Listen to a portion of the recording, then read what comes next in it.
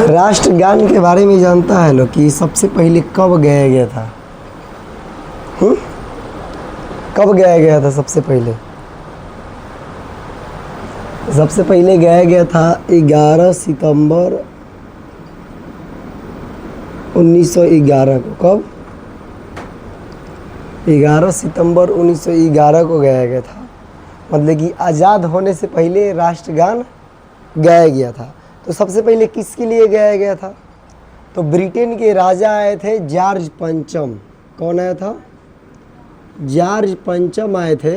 तो जब भारत आए थे तो उनके लिए ये राष्ट्रगान जो है रविंद्रनाथ ठाकुर ने लिखा। किसना?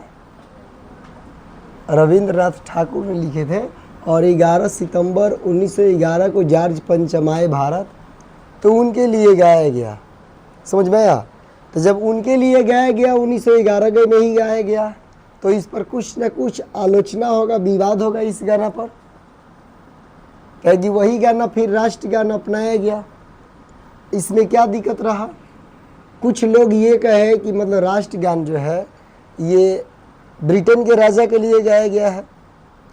तो इसमें जो रिस्पेक्ट दिया गया है कि जन गण मन अधिनायक जय है। अधिनायक, तो अधिनायक कौन है इसमें? किसको कहा गया है अधिनायक? मतलब अधिनायक भारत के लोग हैं कि जो आया है राजा बन के वो है अधिनायक? समझ में आया? ये बात विवाद रहा। उसके बाद ये चीज़ रहा कि इसमें जो नाम दिया गया, क्या चीज़ दिया गया? नाम, जैसे पंजाब, सिंध, गुजरात, मराठा। समझ में आया ना? तो ये जो नाम रहा बंग, तो ये जो नाम रहा भारत के कुछ क्षेत्र का नाम रहा, है ना? यानी कि पंजाब, सिंध, गुजरात, मराठा, ये जो नाम है ये भारत के कुछ क्षेत्रों के नाम है। तो भारत के समूचे क्षेत्र का नाम क्यों नहीं है? ये विवाद रखा गया। उसके बाद इसमें जो दिया गया ये सभी बांग्ला में लिखा गया। किसमें?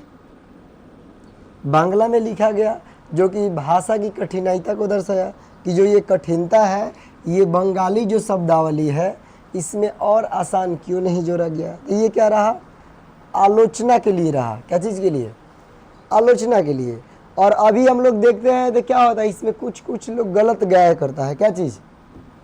जिससे मान लो कि ये विंध्य हिमाचल है। क्या है?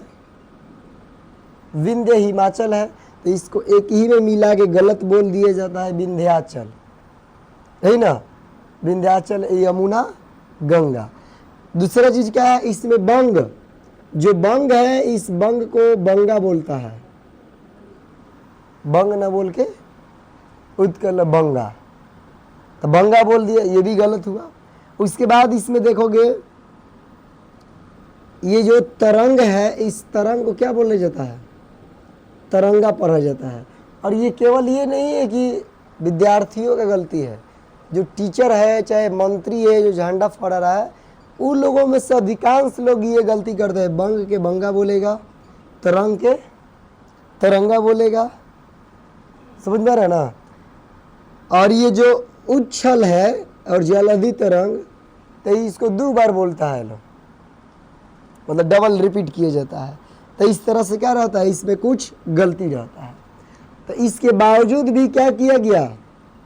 इसका आलोचना होने के बाद भी संविधान सभा इसको क्या किया? मंजूरी दिया गया। कब?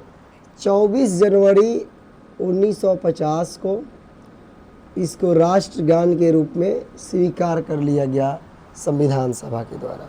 समझ में आया? तो विवाद किस बात को लेके था कि इसमें भाग्य विधाता किसको कहा गया है? तो रविंद्रनाथ इसको स्पष्टीकरण दिए कि ये केवल उनके लिए नहीं है, उनके लिए है ही नहीं, ये सभी जो है भारतीयों के लिए है। किसके लिए? भारतीयों के लिए है। तो भारतीयों के लिए है, तो ये जो है ये क्वेश्चन है कि भाई भारतीयों के लिए तो विधाता कौन है, मतलब अधिनायक कौन है? तो ये तो मान लो जो पहले आज़ाद भारत नहीं था तो आलोचना किया गया कि ये जॉर्ज पंचम आया उसके लिए बोला गया, मतलब वो हीरो बन के आया, उसको अधिनायक डला दिया गया ना। जन गण मन, मतलब कि जितने भी ये जन है, जितना ये गण है, सबके मन के अधिनायक कौन हुआ? जॉर्ज पंचम। तो अगर अब पूछा जाए आज़ाद भारत में कि आज़ाद भारत में अधिनायक कौन है, जनता है कि मंत्री हैं? मतलब जनता भी तो अधिनायक है, मतलब जनता भी तो हीरो है, मंत्री भी तो हीरो है, तो ओरिजिनल हीरो कौन है? कौन है पूरे जनगण मन के अधिनायक? नहीं है। इस देश के अमीर लोग अधिनायक हैं कि जिनको पहनने के लिए फटा चिथरा कपड़ा पहने, वो अधिनायक है? कौन है? समझ में आया? तो इस राष्ट्रगान को पूरा करने के लिए भारत को पहले सक्षम बनाना पड़ेगा, तब जाके क्या होगा, राष्ट्रगान पूरा होगा। नहीं तो राष्ट्रगान गाना है, जिलेबी खाना है, झंडा फहरा लेना है।